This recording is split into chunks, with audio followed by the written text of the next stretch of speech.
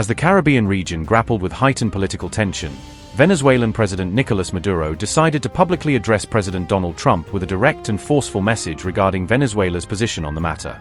During a major rally held in the heart of Caracas, Maduro emphatically declared that the people of Venezuela stood united, fully prepared to defend their nation against any potential actions that President Trump or the United States might take. He went on to level a sharp accusation against the United States, claiming that the Venezuelan people had suffered what he described as psychological terrorism, orchestrated by prolonged American aggression. Maduro made an impassioned vow of absolute loyalty towards his country, stating unequivocally that he was fully prepared to personally fight in defense of Venezuela's sovereignty and independence. This wave of declarations followed the publication of a Reuters report, which provided detailed insights into Maduro's plans on how he would resist and respond in the event of an invasion by the United States. Facing the reality of an underfunded and sparsely staffed military, Maduro was reported to be prepared to use tactics of sabotage against U.S. forces, a move revealed by Reuters as part of his proposed defensive strategy. The Reuters report further explained that Maduro's strategy would involve fostering anarchization, the deliberate creation of chaos and disorder in Caracas, with the intention of making Venezuela impossible for foreign powers to govern. We have lived through 22 weeks of an aggression that can be described as psychological terrorism. These 22 weeks have put us to the test, and the people of Venezuela have shown their love for the homeland. If 22 weeks ago we loved Venezuela, today we love her infinitely, and we are willing to continue defending her and to lead her down safe paths of peace. I have bad news for the empire. I have very good news for the people. It is not one man. I feel immense satisfaction in saying, it is not Maduro, it is an awesome people, ready to fight for this homeland in the years and decades to come. Maduro's bold statements directly followed a high-level security discussion convened by President Trump regarding Venezuela, which was held on December 1st. The White House has not released any official details about what actually transpired during that security meeting, but it did publicly state that options remain on the table. Previously, President Trump had issued warnings to Maduro that U.S. land strikes could potentially take place targeting suspected drug traffickers reportedly operating in and around Venezuela. The controversy over the first U.S.-led boat strike, which occurred on September 2nd, was also acknowledged in statements from the White House, as officials addressed the unfolding situation. Did Admiral Bradley order that second strike because there were still survivors after the initial strike? Again, as I read for you, Admiral Bradley worked well within his authority and the law. He directed the engagement to ensure the boat was destroyed and the threat of narco-terrorists to the United States was completely eliminated. So was the initial order from Secretary Hegseth, everyone be killed, and did that come from President Trump? I saw that quoted in a Washington Post story. I would reject that the Secretary of War ever said that. However, the President has made it quite clear that if narco-terrorists, again, are trafficking illegal drugs towards the United States, he has the authority to kill them, and that's what this administration is doing. Can you confirm that President Trump is going to be hosting a meeting of his national security team in the Oval Office today on Venezuela? And what are they going to discuss? Are they hoping to reach a kind of final decision on that?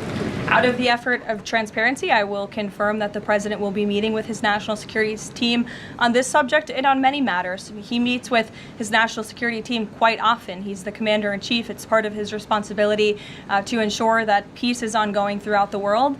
I'm definitely not going to detail the specifics of a meeting between the President and his national security team that's taking place in the Oval Office, but I'm happy to confirm that meeting is taking place for you.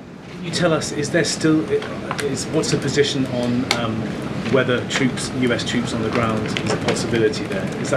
I know you've answered that before, but what's the current operative in Venezuela?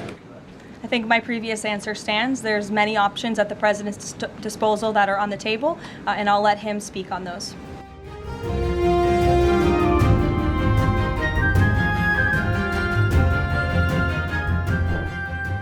Reportedly, President Trump personally requested that Maduro vacate the presidency and depart from Venezuela by the end of November.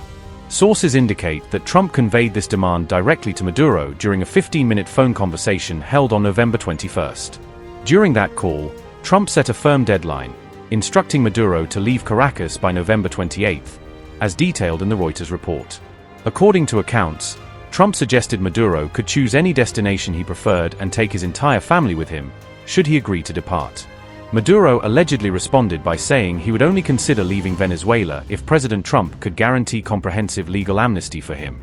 In addition, Maduro demanded the complete elimination of all U.S. sanctions against Venezuela as a condition for his departure from Caracas, according to reports by TASS.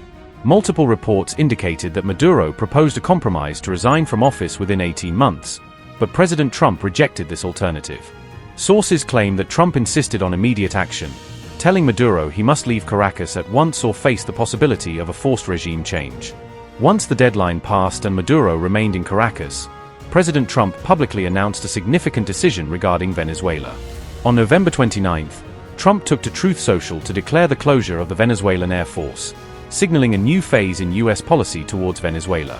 The very next day, November 30th, Trump confirmed that he had spoken with Maduro by phone, but chose not to share specifics about the conversation or its content. President Trump later clarified that his statements regarding Venezuela's airspace should not be interpreted as a warning that military strikes were immediately forthcoming.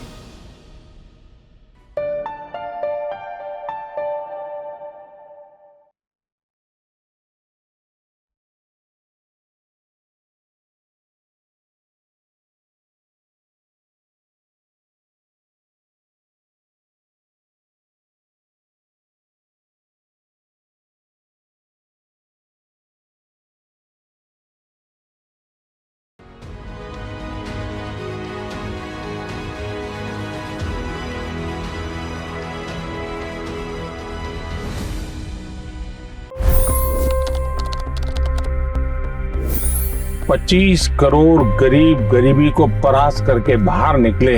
For the good of our nation, let's work together and let's truly make America great again. The fastest news breaks. Requested PM saying that look, you will have to speak to Putin and to Zelensky. The biggest news makers. The relationship with India is probably the most important bilateral relationship the U.S. will have for the rest of this century. The capital delivered quite an election result today. Expert analysis. The million-dollar question today is how to stop this dance of death. Ground reports. I'm standing at the crossroad of the Kumbh Mela. Behind me are more than 100 entry ghats.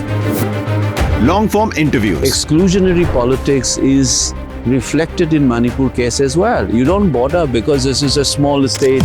Deep dive into burning issues. It's often said DRC could be the richest country in the whole world. It's because of what sits underneath. Why exactly did the US topple the Sheikh Hasina government?